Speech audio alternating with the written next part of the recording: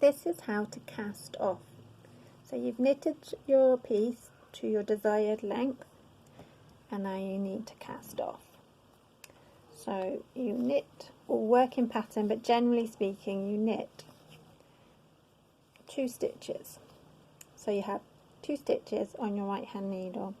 You then go into the front of the first stitch on your right hand needle and you lift it up and over the second stitch.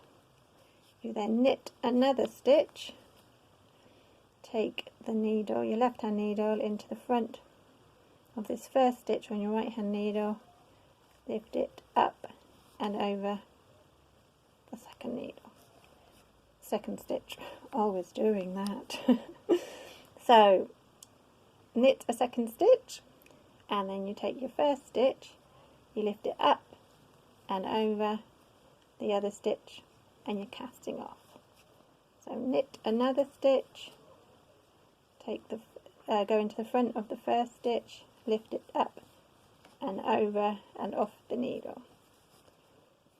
Knit a stitch, go into the front, take it off, up and over the other stitch. Knit another one, take the first stitch, up and over. Knit another one, take that first one, up and over and off.